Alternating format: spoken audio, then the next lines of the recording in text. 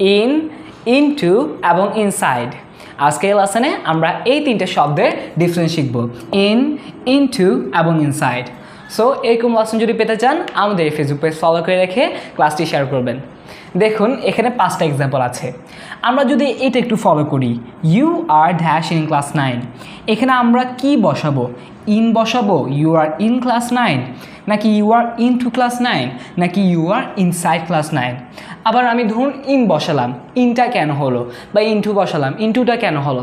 আজকে এই ভিডিওতে এই অ্যান্সারগুলো, এই কোয়েশ্চেনগুলো অ্যান্সার আমরা পাবো। So let's get started. The girl is dash the room, এখানে দ্য গার্ল বলতে মেয়েটি, মেয়েটি ড্যাশ দ্য রুম, রুমের ভিতরে, আমরা বোঝাতে চাইছি রুমের ভেতরে। এখন আমরা ভেতরে বোঝাতে চাইলে ইন ইউজ করি, ইনটু ইউজ করি, ইনসাইড ইউজ করি। তাহলে এখানে কি ইন হবে, ইনটু হবে, নাকি ইনসাইড হবে? একটু দেখি। আমরা এখানে বসাবো ইন, ইন, আমরা ইন বসিয়ে ইনসাইডও বসাতে পারি, এখানে ইনসাইডও বসানো যেতে পারে।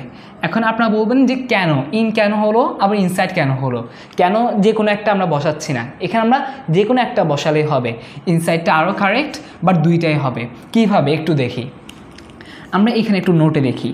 ইন, আপনি ইন তখন ইউজ করবেন, ইন এটা তখন ইউজ করবেন যখন আপনি একটা জায়গায় আছেন কিন্তু সেটা আবদ্ধ না, সেটা বন্ধ না। আপনি এমন একটা জায়গায় আছেন, যেমন একটা রুম, এখানে দরজা থাকতে পারে। সো এই দরজা দিয়ে আপনি ঢুকলেন এবং অবস্থান করলেন, এটা আপনি। সো আপনি অবস্থান করলেন, তো এখানে আপনি এই যে রুমের ভিতরে আছেন, এখানে কিন্তু আপনি চাইলে আবার বেরিয়ে যেতে পারবেন, চাইলে আবার ঢুকতে পারবেন, রাইট? সো এমন কিন্তু করা যেতে পারে যে একটা রুমে আছেন, দরজা আছে, আপনি বেরিয়ে যাবেন, আবার ঢুকবেন। আপনি কিছুক্ষণের জন্য রুমে থাকছেন বা রুমে অবস্থান করছেন, ঘুমাচ্ছেন, বসে থাকছেন।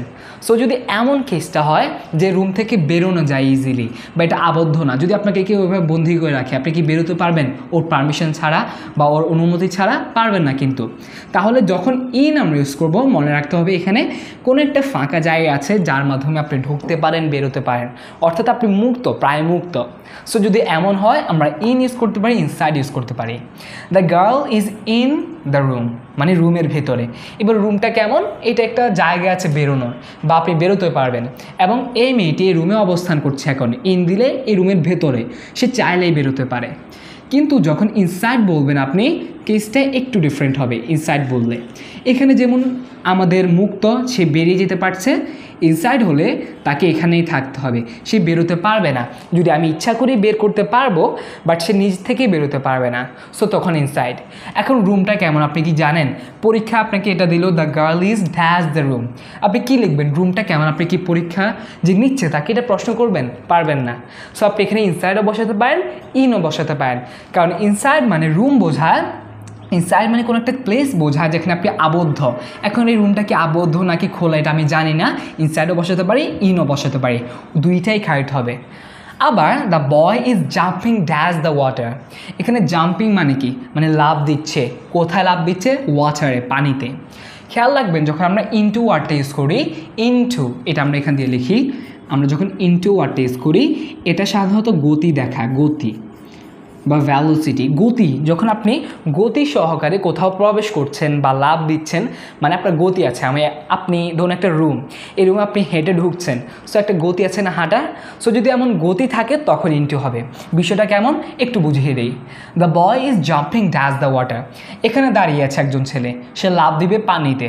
সো লাফ দিলে পানির ভেতরে পড়বে, এবং এই ভেতরটা সে গতির মাধ্যমে পড়বে, রাইট? যে গতি দিয়ে সে পানিতে পড়বে। এই জন্য এখানে আমরা কোনো চিন্তা ছাড়াই ইনটু বসিয়ে দিব, যে the boy is jumping into the water. আরেকটা এক্সাম্পল আছে, she is walking dash the room, একটা রুম আছে এখানে, একটা রুম। এবার এই রুমে সে ঢুকবে, she is walking to the water, এখানে she is walking dash the room আছে। তাহলে রুমের ভিতরে ঢুকবে, এখন একটা গতি দিয়ে ঢুকতে হবে না তাকে? যেহেতু গতি দিয়ে রুমের ভিতরে ঢুকছে এবং ভিতরে কথাটা আছে, তাই আমরা ইনটু ইউজ করব। ইনটু, যে রুমের ভিতরে গতি দিয়ে ঢুকছে, পানির ভিতরে গতি দিয়ে লাফ দিচ্ছে, jumping into the water. Jumping ইনও হবে না, ইনসাইডও হবে না, into the water is correct.